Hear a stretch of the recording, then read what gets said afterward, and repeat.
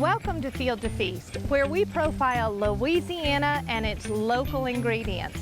This morning we're in Old Algiers outside of New Orleans, where a green thumb, philanthropy, and Louisiana rice meet in a fantastic way.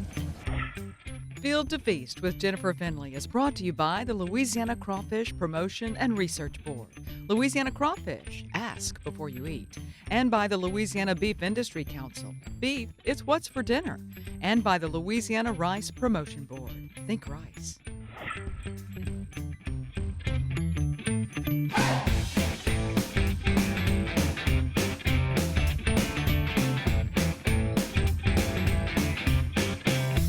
Look at all this great stuff you have going on. Talk to me about what I'm seeing, which is an explosion of flavor everywhere I look. Yes, it is. Pretty much everything out here is edible culinary food that I'm growing. I like to highlight the crossover between the growing region here in South Louisiana with growing regions in Southeast Asia and India. Why Asia? How did this all begin? In 2009, we'll go back to, which is the first trip I took to Thailand. Okay. And while I was in Thailand, I did a backpacking trip through northern Thailand, wherein I met a number of Burmese refugees who are living in Thailand. And now these are people that had to flee Myanmar because of the civil war that's been going on there since the 1960s. I got to meet a bunch of those folks, and basically they wanted me to come and live with them in the villages there and help teach them English. I wanted to help them, but I didn't really see that as being the best way to do it necessarily. So anyway, I kept in contact with them. I did end up sending a teacher to go live with them for about 6 months, and while he was over there, him and the villagers set up a program where we sent bus drivers to these villages where the kids just weren't able to go to school. So anyway, in 2010 we started One World Family, which is a nonprofit organization. And what we've been doing for the last 10 years is sending bus drivers to villages in northern Thailand where the kids were unable to go to school. So you're busing the refugee children to and from school? To Thai schools, yep, exactly. So now we have a nonprofit that we need to fund. So we're trying to find different ideas and ways to fund the operations over there. So it was out of that we decided to start doing a food pop-up to raise money for the nonprofit. Okay. So that's when Le Pet started, and that was the name of our pop-up, which did Burmese food.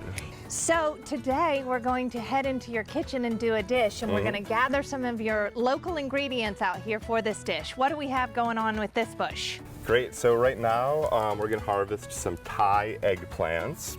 So This these looks nothing like eggplant to me. Exactly, but you know, these are more of the original eggplants, because you wonder why are eggplants called eggplants when usually they're purple and oblong.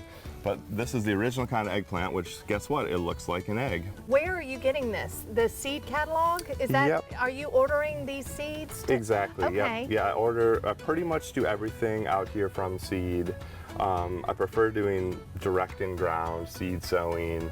It's just the easiest way to do it. So yeah, these ones, I can't even remember where I got these seeds from, but either some seed catalog or some friend of mine who's doing similar things, because always a lot of sharing happening amongst local gardeners too. I love that. I love that. So we're going to harvest the Thai eggplant to make our dish today. What are we making and what else are we going to put in it? So today we're going to make a garden pho. Okay. So pho, as you may know, is a Vietnamese style soup. Yum. There's obviously a big Vietnamese community here in New Orleans, and pho is everywhere. Mine's going to be a little bit different though, because we're going to have a lot of really fresh vegetables in it and fresh herbs, and it's going to be really delicious. Sounds like it might be my favorite dish ever. The other thing is I'm so excited because I just really learned how to say it. Pho. You got it. Not faux. You got it. Okay, pho.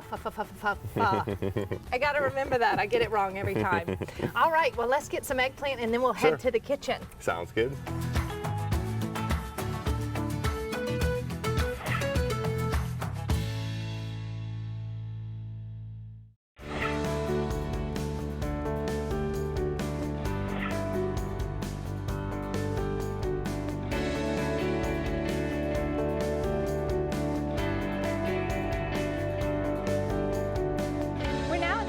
Kitchen here at Pelican Gardens, and we're going to be making some garden pho here with Mark. So what do we have going on? All right, we've got lots of good stuff happening here. The most interesting thing about this dish, I think, is that all of these ingredients were produced by the garden. Now, that's not to say that I grew every single one of these, but either we grew them all or we traded with other restaurants for other ingredients with ingredients that we grew here. Love it. So obviously pho is usually made with rice noodles, but for this one, because we like to use good high quality Louisiana jasmine rice, and also because I'm able to trade produce with the local grocery store for that rice. Yes. So we're actually going to be using rice instead of rice noodles for this. So in a way it's kind of like a garden gumbo, where we're going to have the rice in the soup instead of rice noodles, but the flavor profile is definitely going to be much closer to a pho. I love it. And they say, get creative, start with rice. So that's Exactly. what we're doing. Yep, exactly. So we've got the okra, we've got the eggplants. Here are actually some... Chanterelles? These are woodier mushrooms, and these I Okay. didn't grow here, but I foraged them from a local forest area.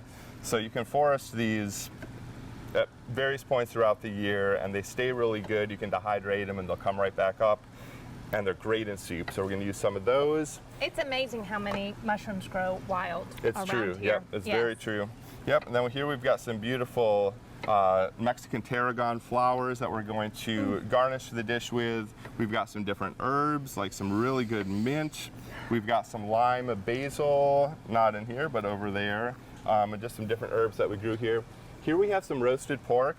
So Where'd you get the roasted pork? So this came from Live Oak Cafe, which is a restaurant that I love and that I'm friends with the owners. And they are involved with a meals program during COVID right now, where they're making meals for people who can't afford it.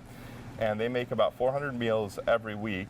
And because of that, they always have crazy amounts of leftover scraps of their pork. So they right now have bags and bags of frozen pork scraps in their freezer. So it's perfect for a soup like this, to be able to just Wonderful. use a little bit of that, throw it in the soup, and it's going to be real nice. Brian's not going to eat it because he's vegetarian, but we respect that because it's a good life choice.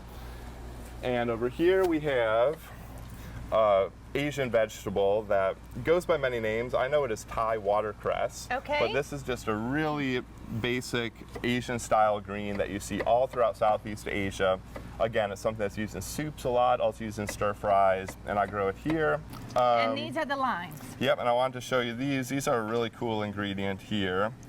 Let me pull them out so I can show them to y'all. But yep, and these are they're called Australian finger limes. So it kind of, That's a, wow. isn't that incredible? Yep, it looks like a salmon roe or something like that, or caviar even, but it's a beautiful burst of lime flavor. So these are a really unique ingredient that we grow out here too. So we're going to use some of those in the I dish. think that might be fantastic in a gin and tonic. So I'm going to add a couple things to the broth here. Some of the stems from this watercress plant. And then, yep, I'm going to go ahead and just add some of this watercress into it right now too. Okay. So just to give it some nice greens in there. So this is what's making it just a super healthy dish. The fact that it's going to have all these greens in there. So you're making a stir fry and then you're adding it to the soup. Exactly. Yep. So Fantastic. another really popular dish that we do out here for anybody gardening out here, helping out, is just a basic garden stir fry or a garden fried rice, which this is kind of a dumbed down version of that. But you know, the beautiful thing is we could make a giant batch of this and have it to eat off for several days. It's going to be good on its own, but it'll be even better once we use it with the soup. This smells absolutely delicious, and I cannot wait to dig in with my new friends to this garden pho. And if you'd like to know more about Pelican Gardens, you can visit our website at twilatv.org. I am ready for some good eating. Field to Feast with Jennifer Finley was brought to you by the Louisiana Crawfish Promotion and Research Board, Louisiana Crawfish, ask before you eat, and by the Louisiana Beef Industry Council, beef, it's what's for dinner, and by the Louisiana Rice Promotion Board, think rice.